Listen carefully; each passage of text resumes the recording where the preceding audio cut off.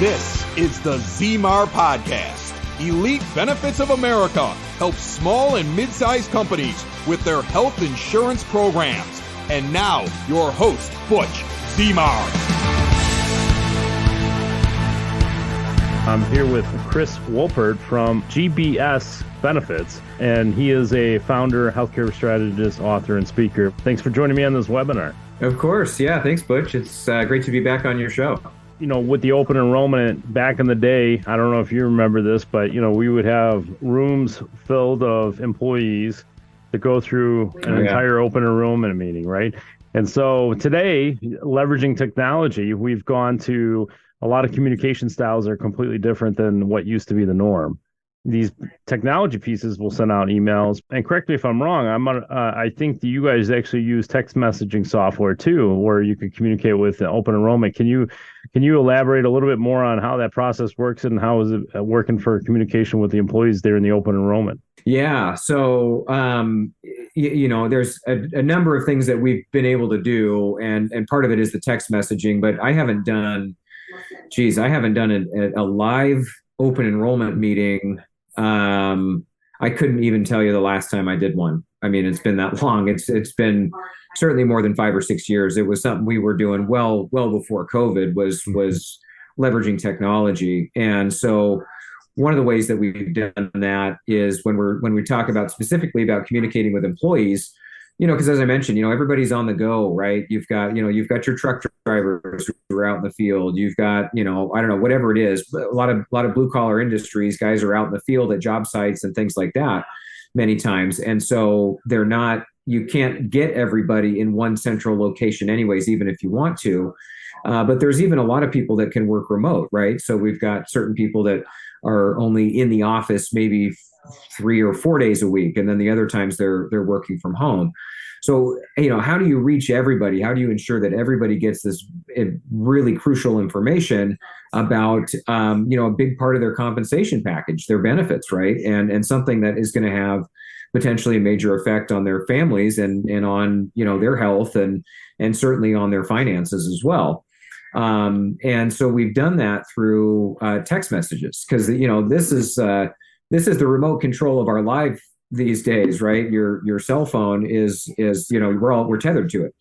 And so again, meeting people where they're at, we can actually text them out a link tree that's got information about their open enrollment. So on there, we're putting videos. If there's a certain program that we're wanting to promote, usually it's medical management or something along those lines. They can get their deductibles eliminated or copays or things like that by utilizing this service. So I have a quick video about that, maybe a video explainer about the technology itself, whatever they're enrolling on, the link to where they can go start their open enrollment. We've got contact PDFs if they need to contact somebody from our team for any reason. And then also we've got a calendar link where somebody can actually schedule time to meet with somebody from our team if they have those questions about how to use the program or how to use the platform, what all is available to them, what are all the options that they have, and just walk them through their choices and any questions they might have regarding coverages. Or what we see is that typically we've got somebody who's their spouse wants to be involved in the conversation, or we've had even very young employees who are getting on benefits for the first time. So they want their parents' help, right, to be on that call with them. They can schedule a time that's convenient for all of them, and it could be after hours or on a weekend. We can accommodate that, right? So, and again, also taking work off of the HR team's plate, because traditionally, historically, 10 years ago, they would have just gone and bang on HR's door and say, all right, can you explain this to me? I was listening to that guy that came in and brought us donuts this morning, but I need to know how this is going to affect me. So I'm going to ask you a bunch of questions one-on-one, taking up the HR person's time when they've got, 10 other priorities that they need to get to, right? Not just simply answering all these questions. So we can take a lot of that workload off of them. And that's what's led to us being successful with our clients being successful, rather, because HR is not totally bogged down and pulling their hair out by the end of open enrollment. And two, we get it completed a lot faster and with a lot less. Yes, I mean, there are still stragglers. There will always be when dealing with folks in this kind of environment, but it tends to be a very small amount when they're getting that text message constantly every day, that reminder, hey, you need to get this done.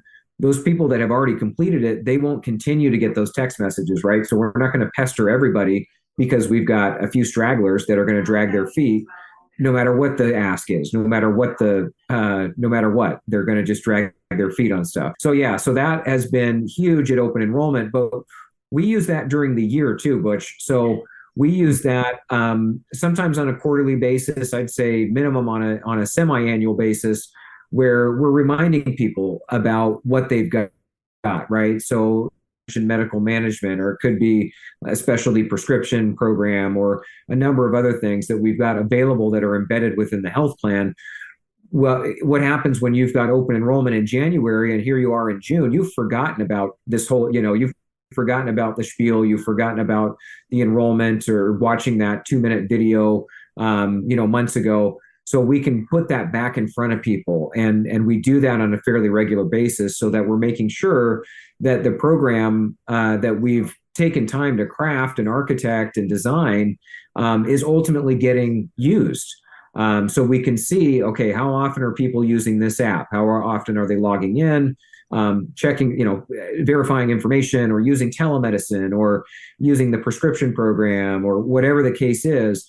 We can also see not just the utilization, but we can just, again, simply remind them that, hey, you've got this available, and putting that same link tree back up there so that they're reminded about the value of these benefits and the investment that their employer's making on their behalf, and why they ought to, be grateful for this, and why this is a good place for them to work, and they're cared for by their employer. Only because you mentioned that there's communication throughout the year. Do you also do emails, or is it strictly based by text? We've done some email stuff, yes, a little bit, but it's primarily through text. We've got a few groups that say, hey, this is great, but we want to send an email out too. The thing I always like to point out to them is that, emails, it's very easy to ignore emails. We get dozens and dozens and dozens of them every day anyways, right? And so it's very easy to overlook those, forget about it, just not read them. We do provide some templates for that, because we do have some groups that they insist on wanting to send those out, and that's fine. But I would say that text messages, if somebody gets a text message, it's over 90% of the time they're going to open that text message within 10 minutes. So they're going to look at it, right? It's going to be in their face, and they're going to look at it. You're not, hopefully you are, maybe you are getting texts, regularly throughout the day, every day. But again, it's a lot more personal, I feel, to get a text message in the year 2023 than it is to get an email. And particularly when the email is coming from us, right? Where, like, with the text message, we make it look like it's coming from the employer. We have everything white labeled to their logo. We try to even get a video. We solicit for somebody from the organization, usually somebody in leadership, to actually do a quick video for us. We supply them with a script. Hey, just read this, because the employees don't care about who I am, or who you are, or anybody else on my team. Mm-hmm. But they recognize when their HR director or their CEO or their CFO is on a video talking about, hey, we've got these enhancements to the benefit plan this year, and that tends to go over really well. And again, it just helps drive that engagement that we're looking for, so that we can get through open enrollment and get that behind us, so that we can focus on some of those other integrations like we talked about before, with payroll, with carriers, with other HRIS systems and things like that, right? So definitely a lot of communication. It sounds like you implemented a lot. I have not done the text messages, but Just from a high level standpoint, since we're talking about the text messaging, like, is there a strategy you use, like leading in open enrollment, during open enrollment, how often you send those messages, and do they get personalized, or are they pretty standardized messages to everybody? So just a high level overview, what's the timeline looking like and what should be done? Yeah, so they're pretty standardized. Again, we make it very specific to that group, right? So it's going to be specific to them. There's going to be an image with their logo. It's going to have, we've got one with a clock, one, that says open enrollments beginning, or, time to do open enrollment. There's another one that's got, so we kind of play with some of the images and some of the verbiage and stuff like that. Generally, it's pretty generic, but it's, again, because the goal is not necessarily to get them to do open enrollment. The goal is to get them to engage, and so we try to keep it as possible, but giving them the information that they, of course. So that's kind of how we go about doing that. As far as the cadence goes, we have, and this is again where we maybe the live. What we've done sometimes is not necessarily do a live open enrollment, but we'll do a kickoff meeting, right? And so we'll do a kickoff meeting. Typically, we'll invite everybody, but we'll make it mandatory for mid-level managers and above.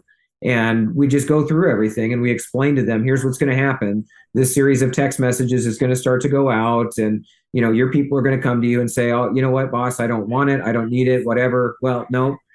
You still got to log in. You still have to waive for us, whatever the case is. So we really make it very important for the managers to be engaged in this as well, so that they understand the value of what we're trying to do, and make sure that their folks get through the system. And so what we do is we'll send one out typically the day we kick off open enrollment. So a lot of times it's first thing in the morning. Sometimes it's kind of mid or early afternoon. It kind of depends on the makeup of the client, right? Do they have more than one shift? Do they have, multiple locations in different states or different time zones? So there's some stuff, there's some thought that goes into that. But typically there's that first message where the first thing that they'll see is that video of somebody in leadership talking about open enrollment or any changes or anything like that. Again, very brief, less than a minute typically. And then from there, the messages will go out once a day.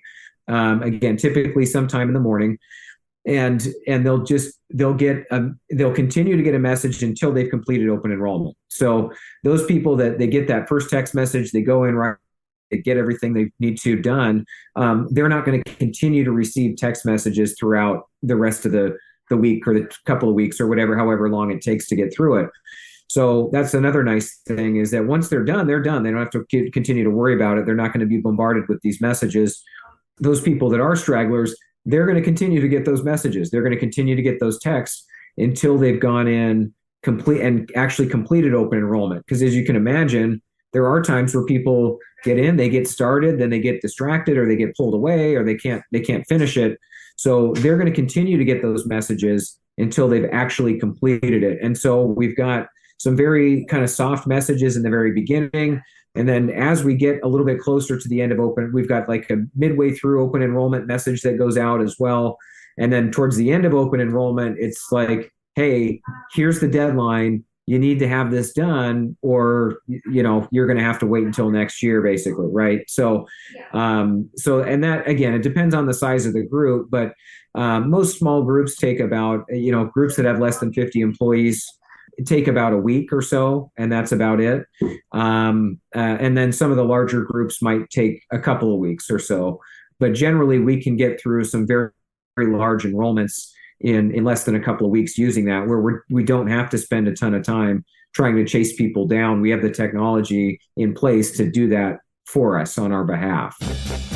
If you own a business, Elite Benefits of America wants to remind you that health insurance open enrollments are either happening now or coming very quickly. And this is the time to review and implement a healthcare plan to make or keep you as the employer of choice. Deadlines for open enrollment range between November 1st and January 1st. Get ahead of the curve. The Small Business Special Enrollment Period, part of the Affordable Care Act, now allows employers with 49 employees and under to offer health benefits without contributing a dime to the employee plan. Help your employees save money on taxes with health insurance they're already paying for with their hard-earned dollars. Butch Zemar from Elite Benefits of America wants you to reach out to him today. Visit elitebenefits.net or call 708-535-3006. So with the technology, though, with the open enrollment, like you're saying, it takes only 1 week or 2 weeks. But what's the recommended time frame that these employers should use the technology but implement the open enrollment? Within 90 days, 60 days, 30 days? What with the technology being faster, is there any change in the time frame? Yeah, well, no, I wouldn't say there really is. Our goal, and this is just kind of our agency, this is our rule. Our goal is always to start open enrollment 30 days prior to the effective date. Now, I'll be the first to tell you that does not happen every time. Logistics. That's always the goal is, and again, and there's a reason we do that, right? Because if we tell the leadership that, hey, it's our goal to open up, the first of the month is coming up at the end of the week here. So, if we had any groups that are renewing in August, right, we're coming up on July. Any groups that are renewing in August, we're going to want to kick those off next week. Now, is that going to happen? I hope so. Maybe not. Probably not. Let's be honest. Yeah. But if we've at least got the employer on track for, we need to have this done. That way, if we roll it out the second week of the month, we can still get everything wrapped up well in advance of any kind of carrier deadlines or anything like that. If we do need to make any changes, or if we do get somebody that's like, hey, I was out sick for that last week. I got all these text messages. I didn't know what it was about. I just ignored it. But I do want to get enrolled now. So it's like, all right, well, we've got time for any of those stragglers or any of those last minute changes or whatever it might be, right? And it's always something new. It's always something different. But yeah, typically, we want we need a commitment from a group, if they're going to use our technology, assuming they are going to use our technology, a good, 60 days in advance, I would say 45 minimum. That way it gives us time to build out the system, because that is the one thing that is time consuming in this process, is building out all this communication. A lot of this is we've got down to a science in terms of templates and things like that now, but it takes time to build that out, because your specific deductions and contribution ratios and plans and everything else is going to be unique to your group. So as much as we can template the communication, we can't really just template the actual software and the portal itself. That has to be specific to each and every group, right? So, so yeah, that's typically what we look for. And again, that's our kind of our best practice when it comes to leveraging technology, communicating with employees and all that. So when we're recording this, right, we're about mid-year. You mentioned July 1st, right? There's renewals hitting the desk right now, right? For larger employers, maybe some mid-sized companies where renewals are coming in, right? Like you should be reviewing it right now. So some of those companies that are not on the technology piece, do you have maybe a couple recommendations to kind of put their toe in the water, so to speak?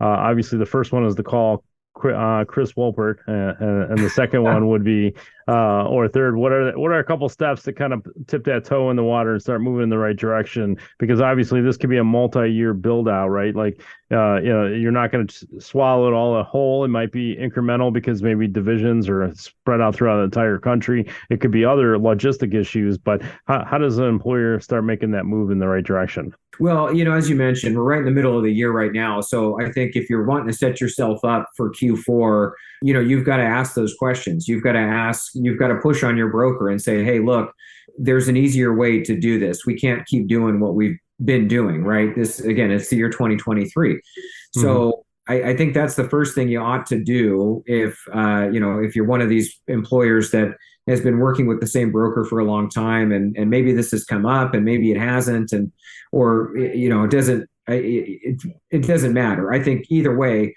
what you need to do to be able to set yourself up for success and have a process that can be duplicatable, you really need to start investing time looking at different systems. So depending on the size of the group, I think if you're a small group employer, you just take whatever's off the shelf in terms of your whatever your broker's bringing you. There's other situations where you could look at what's available through your the payroll company that you're using. A lot of the payroll companies have their own programs now, and there's typically an upcharge for that. But again, the amount of time that it saves compared to how much you're paying for it, I found it to be extremely worth it for every employer that we work with, and even those integrations again too. So that's always an option as well, is to know, the payroll system you're on, is that going to integrate with the Ben admin system that's being recommended? Because if it's not, then you're still kind of operating in these two different systems, and you're not leveraging everything that you could from having a system that's integrated with the payroll system that you have, right? So being able to have those two to be able to talk to each other is really going to be a huge advantage for you in streamlining and building out a new process around efficiency and around using this this digital portal rather than the analog paper forms that you've been doing for years and years, right? And that's the thing. Again, I've mentioned this at the opening about how there hasn't been a lot of innovation in insurance since the advent of email. But as employers, you've been the unfortunately, you've been victim to that too, because there hasn't been any changes for so long. You just think, well, shoot, this must be going okay, right? Everybody's gets their card on time and can get in and get their services met and all those kinds of things. But yet there's no cohesion to what you're doing. There's no rhyme or reason to it. And again, it's very time consuming and confusing and fragmented, and ultimately frustrating and expensive. So this has definitely been great. You gave some helpful tips about, obviously getting rolling with these technology pieces.